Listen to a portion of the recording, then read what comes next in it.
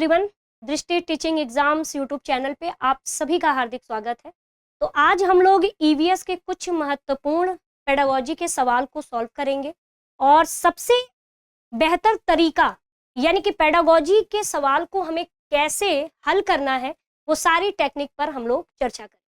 तो मेरे प्यारे बच्चों, चलिए शुरू करते हैं आज के पेडागोजी का आपका पहला प्रश्न। तो सबसे पहला प्रश्न आप देखोगे और इस तरह के प्रश्न, देखिए प्रश्न वैसे ही पूछे जाते हैं लेकिन हर बार शब्दों को घुमा फिरा दिया जाता है, ठीक है। लेकिन जो कॉन्सेप्ट होते हैं वो हर पेडागोजी में कुछ न कुछ सिमिलर होते हैं, ठीक है।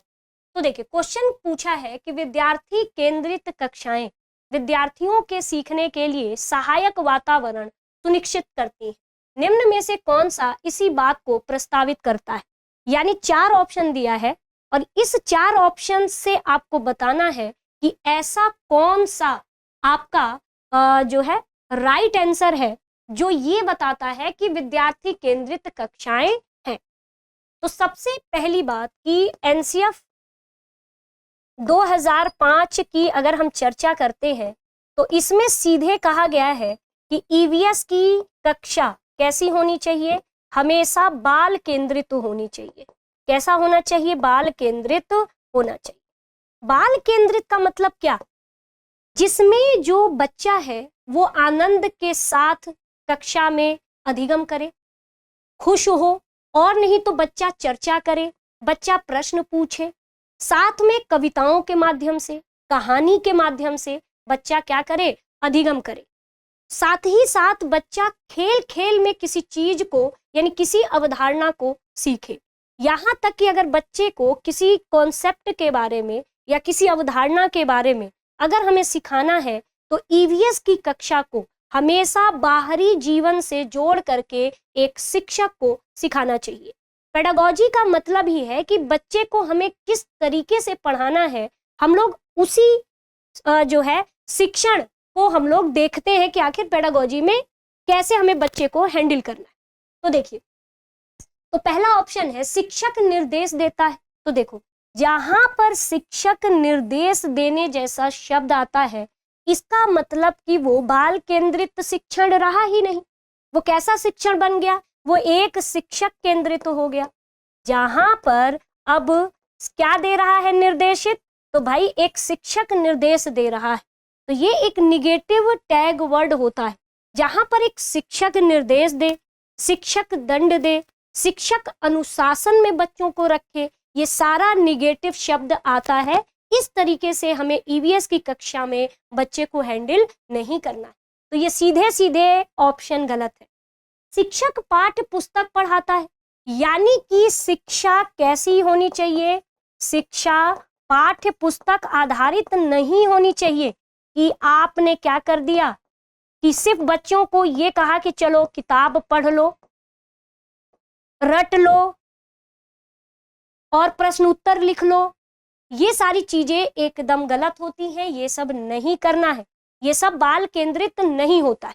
बाल केंद्रित कैसा होगा? तो कविताओं के माध्यम से, कहानी के माध्यम से, चीजों को खेल खेल में बच्चों को सिखाना है। शिक्षक ऐसे सीखने की परिस्थिति उपलब्ध कराता है, यानी कि आप अपने क्लासरूम के एटमॉस्फेयर को इस तरीके से रखें जिसमें विद्यार्थियों को अवसर देना। जब भी आप बच्चों को खुद से करके सीखने की बात करते हो, खुद से करके सीखने की बात करते हो, दैट मीन्स कि वो बाल केंद्रित है, यानी बच्चा इसमें खुद से करके सीखेगा। यानी बच्चे को आप अवसर दे रहे हो, बच्चे को खोज आधारित यानी बच्चे को खुद एक्टिविटी के माध्यम से खोजने को कह रहे हो। तो ये सारी चीजें सही हो गई क्योंकि बच्चा इसमें आप कहोगे कि बच्चे तुम खुद से एक्टिविटी को करो, अवलोकन करो, खोज करो, प्रश्न करो, प्रयोग करो और विभिन्न प्रत्ययों की समझ को विकसित करो। तो आप सीधे कहोगे कि मैम सी वाला सही है। शिक्षक नियंत्रण, ये एकदम गलत बात है। यानी जब शिक्षक के नियंत्रण में हो जाएगा तो क्लास कैसी हो जाएगी? शिक्षक केंद्रित हो जाएगी। और एनसीएफ 2005 कहता है कि कभी भी क्लासरूम शिक्षक केंद्रित नहीं होनी चाहिए। कैसा होना चाहिए? बाल केंद्रित होना चाहिए। तो आप सीधे सीधे कहोगे कि ये ऑप्शन भी गलत है। तो ऑप्शन कौन सा सही है? सी। क्योंकि क्लासरूम को हमें ऐसा रखना है जिसमें बच्चा स्वयं करके सीखे। क्योंकि जीन पियाजे खुद कहते हैं कि बच्चे नन्हे वैज्ञानिक हैं। तो बच्चा जब खुद से करने का प्रयास करेगा तो पहले तो बच्चा अवलोकन करेगा, फिर उसके दिमाग में एक अवधारणा बनेगी, फिर बच्चा क्या करेगा? प्रश्न पूछेगा, फिर बच्चा खोज करेगा, फिर अलग अलग प्रत्ययों को समझेगा। तो कुल मिला के हमें बच्चे का एक तरीके से शिक्षक को सहायता देना तो सही है, लेकिन बच्चे को खुद से अवसर दीजिए कि बच्चा खुद से कोई चीज करके सीखे। ठीक, तो यहाँ पर सी वाला सही है, बाकी ए बी डी ये तीनों ऑप्शन गलत। कक्षा 5 के अध्याय आप जाओगे तो क्लास 5th के पर्यावरण की किताब में चैप्टर 17 आपको आएगा और उस चैप्टर का नाम है दीवार के उस पार। इस कहानी में एक बालिका है जो अपनी माँ से ये कहती है कि माँ मुझे बास्केटबॉल खेलना है, लेकिन उनकी माँ कहती है कि बास्केटबॉल जो होता है ये लड़कियां नहीं खेलती हैं, ये लड़के खेलते हैं। और लड़कियां सिर्फ और सिर्फ भाई तुम स्कूल जाओ, स्कूल से घर आओ, घर का काम करो, लेकिन ग्राउंड तक लड़कियां नहीं जाती हैं, बास्केटबॉल लड़कियां नहीं खेलती। लेकिन उस बच्ची को बास्केटबॉल खेलना था तो उसके शिक्षकों ने, ध्यान से देखिएगा, इस कहानी में शिक्षक की बहुत बड़ी भूमिका थी। उस बच्ची के दोस्तों ने उसकी माँ को कहा कि नहीं, बास्केटबॉल लड़के नहीं लड़कियां भी खेलती हैं, दोनों खेल सकते हैं। कुछ खेल ऐसे हैं कि लड़के लड़कियां दोनों, यानी खेल तो कोई भी हो, लड़के लड़कियां दोनों खेल सकते हैं। और यहाँ तक कि उनके शिक्षक ने भी उसकी माँ को समझाया कि भाई बास्केटबॉल लड़के और लड़कियां दोनों खेल सकते हैं। तब उसकी माँ, उस बच्ची की माँ राजी हो जाती है कि ठीक है तुम जाओ बास्केटबॉल खेलो। ठीक, अब देखो इसमें क्या है कि दीवार के उस पार में एक शिक्षक, और उस शिक्षक का नाम क्या है? आरिफ, अपने छात्रों से जो खेल वो खेलते हैं उनके अनुभव साझा करने को कहता है। निम्न में से कौन सा उसके प्रयास को सबसे ज्यादा स्पष्ट करेगा? खेलों से संबंधित नियम समझ का विकास, खेलों से संबंधित मूल्यों का विकास, कुछ मुद्दों की समझ का विकास, जैसे कि लड़के व लड़कियों के लिए एक जैसे खेल, सभी के लिए समान अवसर तथा टीम भावना। तो आप सीधे कहोगे कि मैम ये सही है। निम्न में से कौन सी विधि प्राथमिक कक्षाओं में ईवीएस की समझ के लिए सबसे उपयुक्त है? यानी कि जो ईवीएस है वो प्राथमिक कक्षा में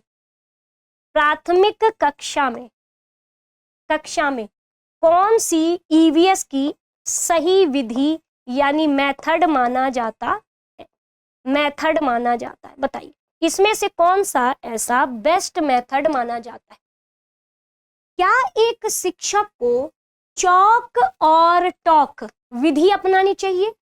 चॉक एंड टॉक का मतलब कि बात करो और चॉक का मतलब कि जो भी मैंने बोर्ड पे श्यामपट्ट पे लिखा है उसे उतार लो। तो ये सही विधि नहीं होती कि जो भी हमने श्यामपट्ट पे लिख दिया आप उसे उतार दो, तो ये भी गलत है। जग एवं मग ये भी गलत है। व्याख्यान विधि भी यानी लेक्चर देना। अच्छा आप बताओ, प्राथमिक विद्यालय में एक शिक्षक क्या करेगा? व्याख्यान मतलब कि लेक्चर देगा। तो बच्चा छोटा है, उसे आप व्याख्यान विधि से पढ़ाओगे तो बच्चा नहीं सही से समझेगा। लेकिन अगर बच्चे को आप भ्रमण करवाओगे, बाहरी दुनिया से जोड़ोगे, बाहरी जीवन से जोड़ोगे, अनुभव के आधार पर चर्चा करवाओगे, बच्चे से कहोगे कि चर्चा करो, तो बहुत अच्छी बात है। यहाँ तक कि एक्टिविटी के माध्यम से आप बच्चों को पढ़ा सकते हो, है ना, एक्टिविटी के माध्यम से आप बच्चे को पढ़ा सकते हो, ये सबसे बेस्ट विधि मानी जाती है। या फिर कविता के माध्यम से बच्चों को पढ़ाइए, या कहानी सुना करके किसी चीज को आप बच्चे को जो है, आप किसी कॉन्सेप्ट को आप समझा सकते हो। साथ ही साथ खेल खेल में सिखाइए, तो ये सब बच्चे के लिए सही माना जाता है। तो इसीलिए जांच आधारित शिक्षण, जांच आधारित का मतलब इंक्वायरी बेस्ड लर्निंग, यानी कि बच्चे के अंदर जिज्ञासा आएगी किसी प्रश्न को पूछने के लिए। जैसे देखो, अगर बच्चा अवलोकन करता है यानी किसी चीज को सामने देखता है, अब उसके दिमाग में बहुत सारे प्रश्न आएंगे कि अब जैसे आपने सोचा कि मैं बच्चे को कहाँ लेके जाऊं, मैं चिड़ियाघर लेके जाऊं। अब आप चिड़ियाघर उसे ले जाते हो, अब बच्चा क्या करेगा, चिड़ियाघर में तरह तरह के जानवर देखेगा, तरह तरह के पशु देखेगा, और हर पशुओं का रंग क्या होगा, अलग अलग होगा।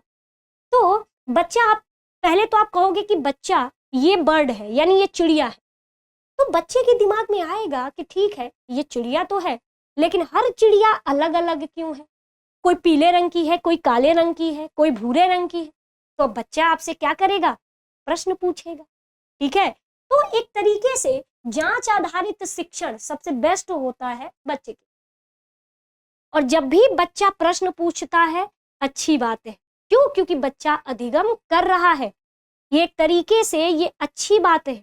यानी आकलन का ये सबसे बढ़िया तरीका है कि अगर बच्चा आपसे प्रश्न पूछ रहा है, दैट मीन्स कि बच्चा अधिगम कर रहा।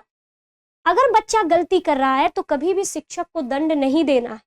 अगर बच्चा गलती कर रहा है तो ये अच्छी बात है, क्योंकि बच्चा आज गलती कर रहा है, 2 बार गलती करेगा, 3 बार गलती करेगा, लेकिन चौथी बार वो बच्चा सीख जाएगा किसी भी अवधारणा को।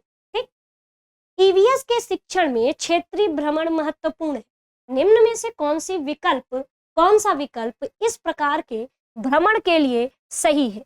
मैंने आपसे पहले भी बोला कि जो ईवीएस की अगर शिक्षिका, जैसे आप लोग भी शिक्षिका बनोगे, ठीक, ईवीएस की, तो ईवीएस की अगर शिक्षिका है तो सबसे बेस्ट तरीका यही है कि वो ईवीएस की कक्षा को क्या करे, कक्षा को बाहरी जीवन से जोड़े। क्या करे, बाहरी जीवन से जोड़े।